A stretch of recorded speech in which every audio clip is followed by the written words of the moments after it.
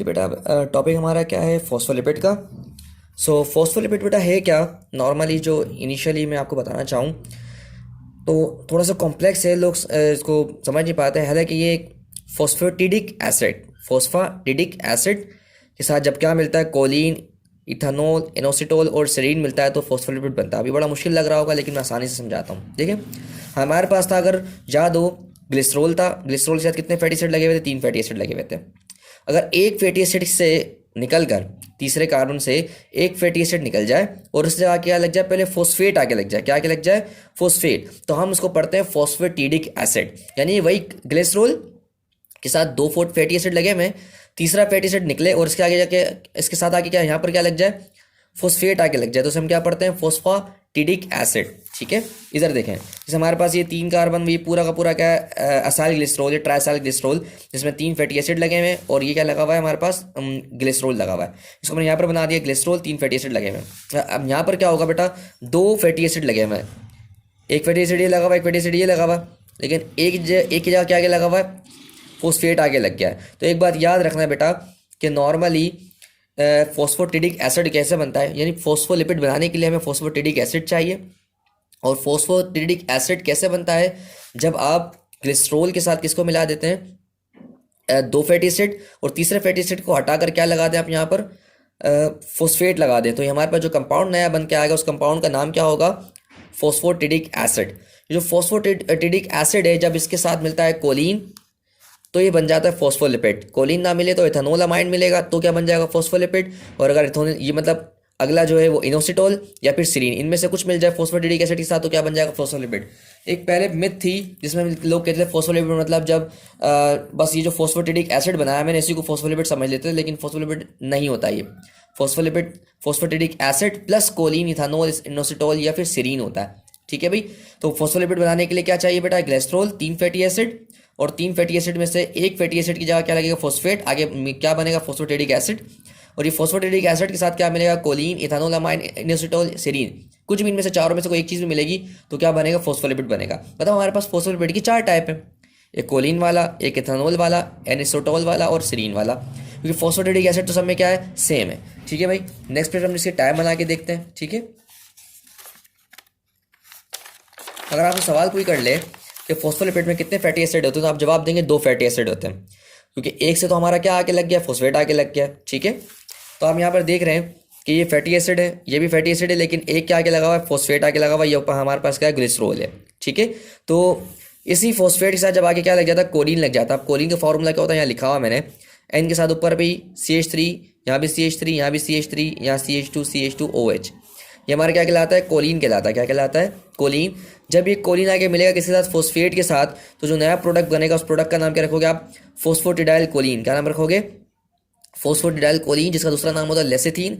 और ये हमारे बॉडी के अंदर, अल्वियोलाई के अंदर मौजूद होता है सरफेक्टेंट के नाम से। ये आपको पता होगा, ये क्या करवाता है? सरफेस टेंशन को कम करवाता था अल्वियोलाई के अंदर ड्यूरिंग एक्सपायरेशन। ठीक है, सो फॉस्फोटिडाइल कोलिन बना कैसा है? 2 फैटी एसिड, 7 फोस्फेट था। ये पूरा स्ट्रक्चर का नाम क्या रखा हमने? फॉस्फोटिडिक एसिड। इसी फॉस्फोटिडिक एसिड के साथ क्या आगे मिला? कोलिन आगे मिला, तो क्या बन गया हमारे पास? फॉस्फोटिडाइल कोलिन। और इसका दूसरा नाम क्या होता है? लेसिथीन। और इसी को हम क्या पढ़ते हैं? सरफेक्टेंट भी पढ़ते हैं। ठीक है, तो एक बात और याद रखनी है कि जो फैटी एसिड की ये 2 चेन है इसको हम कहते हैं हाइड्रोफोबिक एंड। जैसे कि मिसाल तौर पर इधर देखें, मैंने एक एज्यूमिंग स्ट्रक्चर सोचे कि इसको, ये जो गोल मैंने बनाया है इसको हेड समझे और इन 2 को क्या समझे? टेल समझे। ये जो 2 टेल है समझे, ये फैटी एसिड की चेन टेल है। इसी चेन है 2 फैटी एसिड चेन, आपको पता है 2 फैटी एसिड की चेन मौजूद है। तो ये 2 फैटी एसिड की चेन मौजूद है। अब ये दोनों जो फैटी एसिड की चेन है ये हाइड्रोफोबिक एंड कहलाते हैं, यानी हाइड्रोफोबिक इन नेचर होंगे, वाटर हेटिंग होंगे, ये पानी के अंदर सोल्यूबल नहीं होंगे। इसी तरीके से बेटा ये जो ऊपर हेड मैंने बनाया है, ये हेड से क्या मुराद है? ग्लिसरॉल प्लस फोस्फेट, यानी कि ग्लिसरॉल प्लस ये फोस्फेट, इतना पार्ट क्या कहलाता है? आपका हेड कहलाता है।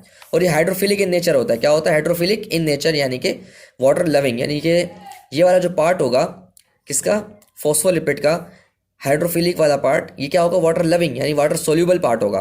तो इस तरह से हमारे जो फॉस्फोलिपिड हैं कोई भी हो, अब वो कोलिन वाला हो, अब वो इथेनॉल अमाइन वाला हो, सीरीन वाला हो, इनोसिटोल वाला हो, कोई भी हो, उसके अंदर 2 जो फैटी एसिड की चेन होगी, ये दोनों फैटी एसिड चेन हाइड्रोफोबिक कहलाएंगी, इसको हम टेल कहेंगे। और जो ग्लिसरॉल है और फोस्फेट, इसको हम हेड कहेंगे मिलाकर। और जो हेड है वो कौन से नेचर का होगा, हाइड्रोफिलिक इन नेचर का होगा, और जो हाइड्रोफिलिक इन नेचर मतलब वाटर लविंग। और जो फैटी एसिड की दो चेन है कौन सी होंगी, हाइड्रोफोबिक इन नेचर, और हाइड्रोफोबिक का मतलब क्या होता है, वाटर हेटिंग। मतलब फॉस्फोलिपिड एक वाहिद लिपिड है जिसका एक पार्ट सोल्यूबल इन वाटर है, वरना इसके अलावा हमने जो पीछे जो भी लिपिड पड़ी थी उसका सोल्यूबल इन वाटर तो कोई पार्ट था ही नहीं। तो ये वाहिद लिपिड हमारे पास है जो सोल्यूबल इन वाटर है, इसका एक पार्ट। इसीलिए बेटा ये जो फॉस्फोलिपिड है इसका हमने इस्तेमाल कहाँ किया हुआ है, सेल मेम्ब्रेन बनाने में। आप जाके चैप्टर नंबर 3 में हम पढ़ेंगे कि जो सेल मेम्ब्रेन है वो फॉस्फोलिपिड बाय लेयर से बनी हुई है, 2 लेयर्स है उसके अंदर फॉस्फोलिपिड की, डिटेल से पढ़ेंगे उसके अंदर। तो अल्लाह ताला ने जो रखी नेचर वो फॉस्फोलिपिड ही को क्यों रखा सेल मेम्ब्रेन में, क्योंकि सेल मेम्ब्रेन को दोनों प्रॉपर्टीज देनी थी, वाटर लविंग वाली भी, वाटर हेटिंग वाली प्रॉपर्टी, दोनों वाटर प्रॉपर्टीज देनी थी। ठीक है, नेक्स्ट पार्ट हमारे पास क्या है बेटा, आप देख रहे हैं यहाँ पर ग्लिसरॉल है, एक फैटी एसिड, दूसरा फैटी एसिड, ये फॉस्फेट है। इस फॉस्फेट के साथ हम क्या मिला रहे हैं, इथेनॉल अमाइन मिला रहे हैं। इथेनॉल अमाइन का फार्मूला ये लिखा हुआ बेटा, NH2 CH2 CH2OH। ये जो CH2 CH2OH है ये तो हमारा क्या बन गया, इथेनॉल बन गया, यानी कि 2 कार्बन वाला अल्कोहल, और ये अमाइन लगा हुआ है तो क्या पढ़ देंगे, इथेनॉल अमाइन। ये इथेनॉल अमाइन किसके साथ बनेगा, फॉस्फेट के साथ मिल जाएगा। तो हमारे पास नया जो फॉस्फोलिपिड बन के आएगा उस नए फॉस्फोलिपिड का नाम क्या होगा, फॉस्फोटिडाइल इथेनॉल अमाइन। क्या नाम रखेंगे, फॉस्फोटिडाइल इथेनॉल अमाइन। तो एक नया टाइप क्या हमारे पास आ गया, क्या, फॉस्फोलिपिड। तो तीसरी टाइप हमारे पास क्या है बेटा, तीसरे टाइप हमारे पास है वही अगेन ग्लिसरॉल, फैटी एसिड। तो तीसरा क्या पार्ट है, फॉस्फेट के साथ अब हमने क्या मिला है, इनोसिटोल। तो हमारा तीसरे टाइप का फॉस्फोलिपिड आ गया जिसमें इनोसिटोल है। तो पूरा मिलाकर क्या पढ़ेंगे हम इसको, फॉस्फोटिडाइल इनोसिटोल। इनोसिटोल का यहाँ पर मैंने लिख दिया बेटा, ये पूरी 6 कार्बन वाला रिंग है और हर एक कार्बन के साथ क्या लगा हुआ है, OH लगा हुआ है। ये इनोसिटोल का स्ट्रक्चर है। नेक्स्ट बेटा हमारे पास क्या है, अगेन एक और फॉस्फोलिपिड की टाइप आ गई। एक और फॉस्फोलिपिड के अंदर क्या लिखा हुआ है, ग्लिसरॉल। ग्लिसरॉल के साथ क्या है, एक फैटी एसिड, दूसरा फैटी एसिड, और तीसरा फैटी एसिड नहीं क्या है, फॉस्फेट है। इस फॉस्फेट के साथ आगे लगेगा सीरीन, आगे लग गया। अगेन एक और फॉस्फोलिपिड बन गया, इसका नाम रखेंगे फॉस्फोटिडाइल सीरीन। सीरीन का फॉर्मूला यहाँ लिखा हुआ है बेटा, ये एक अमाइनो एसिड भी है जो हमने पढ़ी हुई है इसके अंदर प्रोटीन वाले टॉपिक के अंदर डिटेल से। ठीक है बेटा, अब हमारा नेक्स्ट पार्ट जो है वो क्या है, वैक्सिस।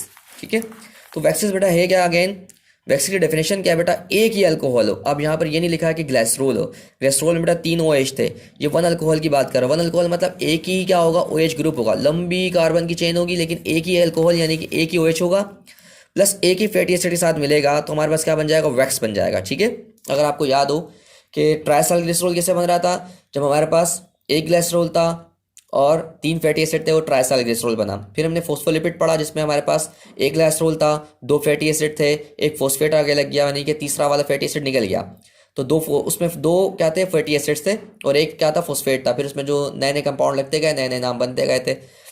नेक्स्ट पार्ट हमारे पास अब क्या है, वैक्सिस। वैक्सिस में बेटा क्या है, एक ही अल्कोहल है और एक ही क्या फैटी एसिड है। तो मैंने पहले 3 लगाया फिर 2 लगाया, इसमें क्या लगा रहे हैं, 1 लगा रहे हैं। तो ये एक फैटी एसिड जब मिलता है किस साथ, 1 अल्कोहल के साथ, तो क्या बनाता है हमारे पास, वैक्सिस बना देता है। अच्छा, सो वैक्सिस के अंदर जो बॉन्ड मौजूद है वो ईस्टर बॉन्ड मौजूद है। सिंपल सी बात है, जितने भी हम लिपिड पढ़ते हैं सब में क्या है, ईस्टर बॉन्ड ही होता है। 2 तरह की हमारे पास क्या होती है, वैक्सीज होती है, एक नेचुरल है और एक क्या सिंथेटिक है। नेचुरल वैक्सीन में क्या आ जाता है, बी वैक्स एंड क्यूटिंग, जो कि हमारे पेड़ों और पौधों के ऊपर, यानी कि जो हमारे लीव्स हैं उसके ऊपर एक कवरिंग होती है आउटर, वो जो कि वैक्स से बनी हुई होती है, शाइनी कवरिंग होती है, तो वो नेचुरली में आ जाता है, वैक्सिस में आ जाता है। तो बीज वैक्स, और दूसरा कौन सा होता है, क्यूटिन, यानी कि क्यूटिकल में जो मौजूद है। फिर हमारे पास सिंथेटिक वैक्स, जो हमने खुद सिंथेसाइज किया हुआ है वैक्स, जिसको हमने बनाया किससे, पेट्रोलियम से बनाया हुआ है या फिर किससे बनाया हुआ है, पॉली इथीन से बनाया हुआ है। किससे बनाया हुआ है, पॉली इथीन से। जैसे मिसाल है बेटा पैराफिन की, और ये पैराफिन कहाँ इस्तेमाल होता है बेटा, कैंडल बनाने में इस्तेमाल होता है। कैंडल बनाने में आपने देखा होगा कि हमारे पास एक वो वैक्स से बना हुआ होता है, तो जो वो वाली वैक्स उसका नाम क्या है, पैराफिन। बनता किससे बेटा, वो पेट्रोलियम और पॉलीथीन, वो सिंथेटिक होता है। तो 2 टाइप की वैक्सीज होती हैं, एक नेचुरल और एक कौन सी होती है, सिंथेटिक होती है। ठीक है भाई।